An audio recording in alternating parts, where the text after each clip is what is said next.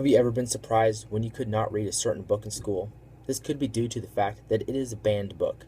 Banning books only harms our society, so we should take steps to stop censoring these written works. Books should stop being banned. Ceasing the censorship of books will allow people to read what they want. If books continue to be banned, it will harm us as individuals, but if the process is ended, it will further us as a society. So participate in Banned Books Week and contact your local school system to fight against the banning of books.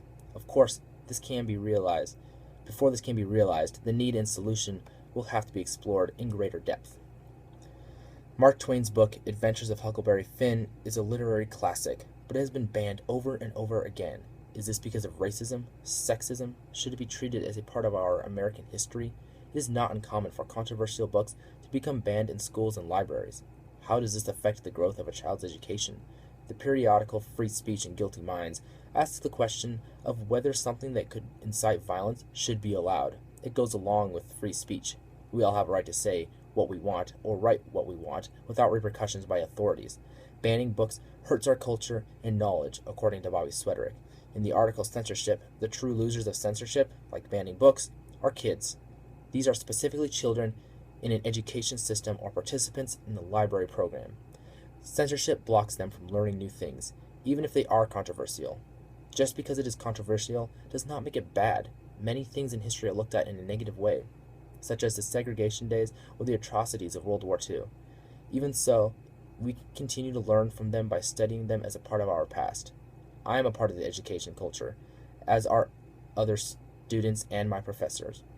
Banning books in order to censor their material is wrong. How? It keeps us from integrating it into our learning process. When books are banned, they are sealing off potential knowledge that makes it harder for us to research, educate, and possibly enjoy reading those books. This form of censorship is unacceptable. Is it the government's right to block our access to these resources and learning entertainment? Entertainment? No. Does this violate the American way of life? What about the First Amendment? I certainly think so. The ramifications of continuing to ban books will only progress. It is time that we looked at a way for banned books to become universally accessible. Here is my simple solution. Halt the banning of books. According to For the Good of Others, Censorship and the Third Person Effect, censorship is increasing, especially towards media like books. What does this mean for controversial books? People will continue to fight against certain books on the claim that they are harming our society. They believe banning these books is the only way to protect our new generation. I think otherwise. Banning books hinders the education and maturity of kids and even adults. How is keeping people from the views of others, whether good or bad, going to help our society to move forward? Educating students by allowing what would be banned books to stay in schools and libraries is the only way to win. Government-level censorship is usually bad in itself.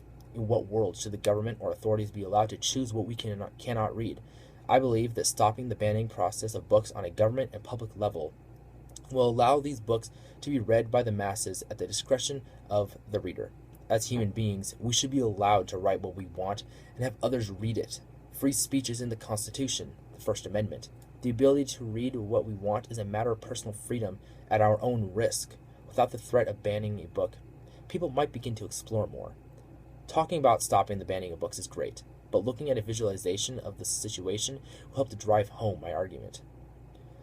A result of the censorship of certain books is an incident that happened in the West Virginian county of Kanawha, according to H.N. Forstall and Banned in the USA. After an education movement to include books that encompassed the contribution of multiple races to their society, complaints were brought up. Many wanted to ban the books, not endorse them. These complainants argued that the selected books were anti-American, sexually explicit, and more. It caused a huge uproar in the small community. This process of banning the books split both the secular and religious communities. Some claimed that because they were inappropriate, they should not be allowed. Others said that because they are inaccurate representation of our past and culture, they should stay. The group that wanted to keep the books from being banned were, in my belief, in the right. How can banning books create a safer environment if we do not learn about our dark past? This creates a society of people who cannot handle something that they find disturbing or even insulting, regardless of whether it was a part of their history. In Jennifer Rossick's Banned Books, A Study of Censorship, she states that censorship is a form of denial.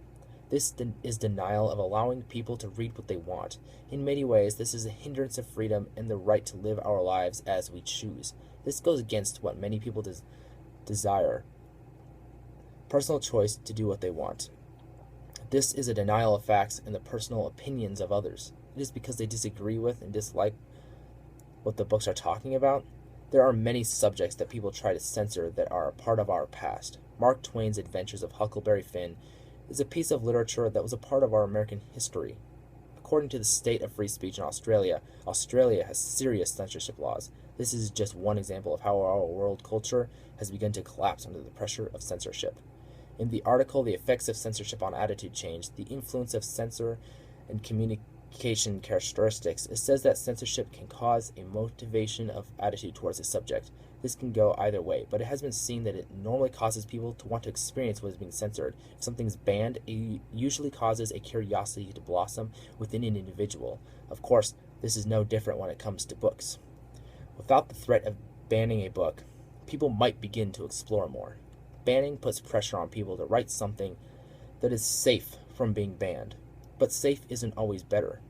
Breaking boundaries or allowing exposure to possibly controversial ideas can help. This motivation can bring people like you or me to take action against the banning of books. Let's review my main points. The need. Books should stop being banned. This causes a lack in education for students. They cannot access these harmful books in schools and libraries. Stop their involvement in what books, schools, and libraries can hold. This is an encroachment on our personal freedoms. It also violates the right for free speech when an author cannot write what they want without it being banned. Our society and culture will continue to be harmed.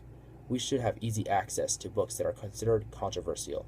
How can you make a stand? Contact your local library or school. Make your voice heard. Participate in Banned Books Week.